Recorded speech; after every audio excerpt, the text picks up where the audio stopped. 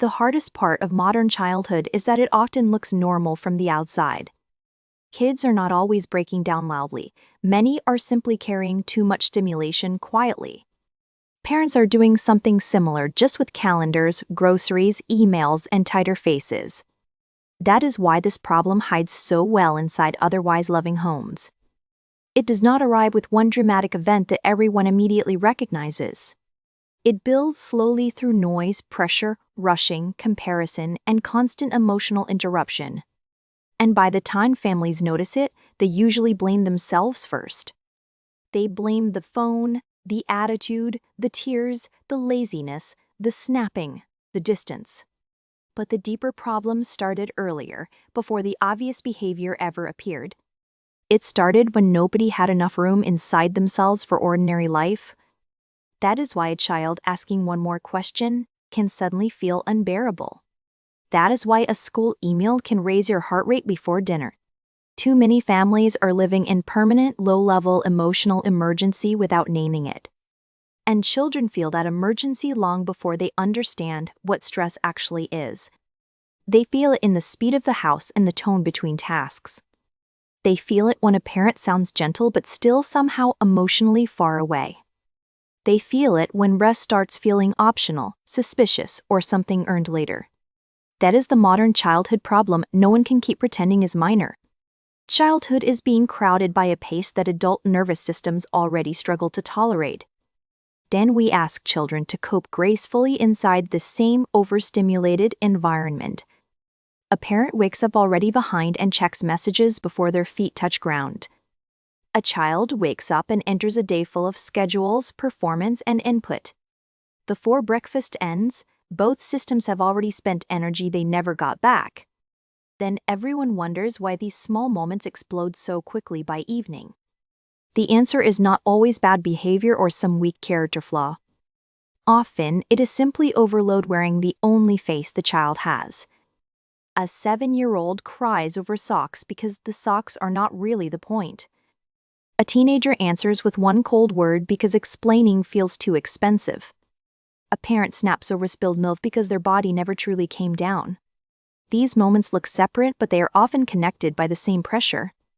And that pressure keeps getting mistaken for personal failure inside the family. Parents think they are losing patience because something inside them is wrong. Children think they are too much because adults keep reacting like everything is urgent. Teenagers think distance is safer than being misunderstood one more painful time. Because love does not cancel overload, and overload distorts everything it touches. It distorts patience, tone, timing, listening, memory, and how people interpret each other. That matters because children do not measure safety simply by love alone. They measure safety through rhythm, regulation, honesty, and emotional predictability around them. When home feels constantly rushed, even caring homes can feel strangely unsettled. Children adapt to that feeling in different ways, and adults often misread them. Some children get louder because loudness cuts through divided attention at home. Some children become easier because pleasing everyone feels safer than needing anything. Some children become perfectionists because excellence seems like the shortest path to calm. Some teenagers disappear behind screens because digital space feels simpler than crowded emotions. Then parents see the behavior and try to correct only the visible part. Sometimes boundaries help, but often the real hunger underneath stays completely untouched. That is why so many screen battles feel impossible to win cleanly. The screen is rarely just a screen anymore inside modern family life. For children, it can mean relief, belonging, stimulation, control, escape, or quiet. For parents, it can represent danger, distance, wasted childhood, and another impossible responsibility. So the argument is not only about the device sitting in somebody's hand. It is about what that device is doing for an overwhelmed nervous system. A younger child begging for another video may be clinging to low-demand comfort. A teenager buried in messages may be protecting fragile social belonging at all costs. That does not mean boundaries should disappear or that screens are harmless. It means understanding works when it arrives before control enters the room. Children get less defensive when someone gets curious before someone gets louder. Honestly, adults do too when they feel cornered and exhausted by life. This is why parental guilt has become such a constant companion today. Not traumatic guilt that bursts into tears and confession in public settings. Useful-looking guilt that packs lunches, answers kindly, and still whispers you are failing. The kind that makes 10 quiet minutes feel selfish instead of necessary. The kind that turns every rough evening into evidence against your identity. Under that kind of pressure, parents often confuse exhausted capacity with character. They think they need more patience when what they actually need is recovery. Those are not remotely the same thing, even when guilt insists otherwise. Capacity is sleep, sensory load, work stress, money pressure, resentment, grief, and loneliness. When capacity drops, ordinary family noise starts landing like a threat everywhere. That does not mean a parent loves less than they should today. It means their system has been spending beyond its emotional income for too long. Because once parents understand overload, shame stops writing the family's whole story. They can stop treating every hard day like evidence of hidden failure. They can notice that exhaustion makes everyone less flexible, less playful, and less patient. They can see that emotional disconnection often grows from strain, not from indifference. That reframe matters because children sense hidden meaning faster than adults realize.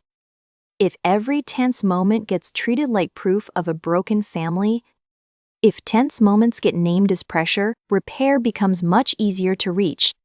That is the shift many homes are quietly starving for right now. Not perfection, not endless calm, not some idealized childhood untouched by stress. Just enough honesty for everyone to understand what is happening underneath the surface. A child can handle hearing that the day felt heavy for everyone. A teenager can feel respected when someone notices strain without instantly making demands.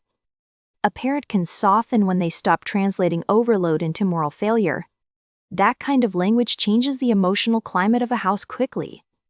It sounds like our brains are full, so we need a slower start. It sounds like you are not bad, you are overloaded and need help landing. It sounds like I was sharp because I was flooded and I am sorry. Children do not need flawless parents who never lose their edge completely. They need enough real repair to trust that stress is not the whole truth. That is hopeful because repair matters more than polished performance ever will. A child can survive a hard moment more easily than chronic emotional confusion. What wears children down is when pressure keeps shaping the room and nobody names it. The shouting happens, then everyone pretends nothing important actually occurred there afterward. The silence grows, then adults act like silence does not carry meaning. A parent says they are fine while moving like somebody chased by invisible alarms. Children believe emotional weather even when adults deny the forecast completely aloud. That is why so many ordinary family moments feel heavier than they should.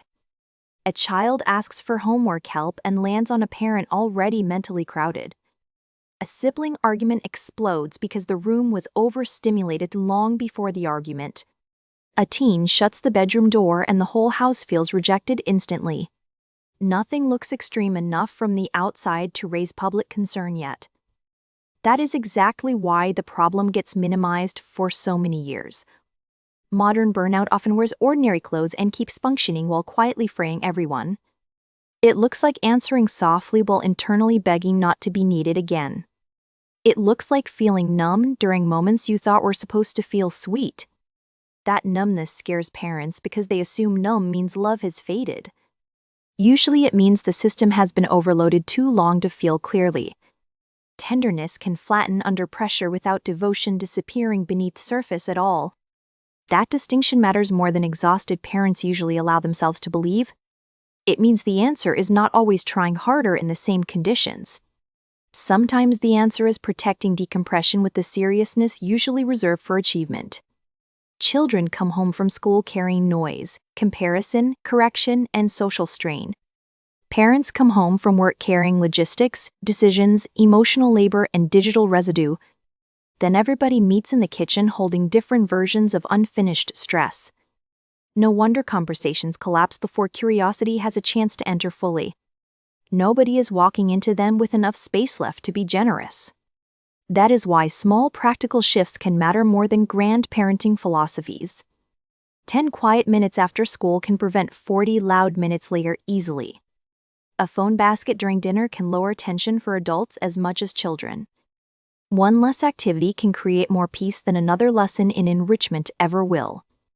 A minute in the car before entering home can change the evening completely.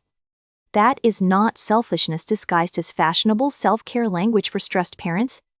It is how overwhelmed nervous systems stop passing their overload to other people. Children need boundaries, yes, but they also need emotional landing strips too. They need homes where pressure gets noticed before behavior becomes the only language left. They need adults who can separate stress from failure in real time. They need to learn that difficult feelings are signals, not permanent identities. They need to see that needing rest does not make somebody weak or selfish. Because one of the quietest modern parenting pressures is shame itself today. Shame tells parents every struggle must reflect some personal defect in them. Shame says good families would manage this better with enough effort somehow. Shame turns overload into guilt, and guilt into even less emotional capacity. Then children feel the tension without understanding the source beneath it yet. So maybe the real crisis is not only overstimulation at home anymore. Maybe it is overstimulation combined with silence about what overstimulation does to people. Families name the tantrum, the scrolling, the rudeness, the unfinished homework, the withdrawal. But they often do not name the pace, the fragmentation, or the cumulative strain. Once that deeper story gets named, blame starts losing some of its grip. Parents stop reading every hard moment as proof they are failing their children. Children stop feeling like they become the problem each time they unravel. Teenagers stop being reduced to attitude when they are actually emotionally overdrawn. The family can work with the pressure instead of becoming pressure for each other. That does not magically remove bedtime chaos, bills, dishes, screens, or school stress. But it changes the meaning of those moments when things go wrong. They stop becoming proof that love is insufficient or the family is broken. They become signals that somebody needs less input, more support, or gentler transitions. That is a kinder way to parent, and it is also more accurate. Because pressure can make loving people sound harsh, seem distant, and feel unreachable. Failure is something else, and too many parents confuse the two completely. Most parents are not failing their children in some secret catastrophic way. They are raising them inside conditions that drain everyone faster than expected. And most children are not falling apart because they are fragile or spoiled. Often they are reacting normally to an abnormal amount of pressure and stimulation. That truth does not remove responsibility from anybody in the family either. It restores perspective, which is exactly what overwhelm keeps stealing every day. So if this feels painfully familiar, let that recognition mean something useful. Maybe your family does not need harder discipline before it needs more recovery. Maybe it needs slower transitions, clearer language, and more protected presence daily. Maybe the bravest thing a parent can say is, "This has been heavy." If this gave words to something your home has been carrying quietly, share that below. And if you want more honest conversations about parenting pressure beneath behavior, stay here.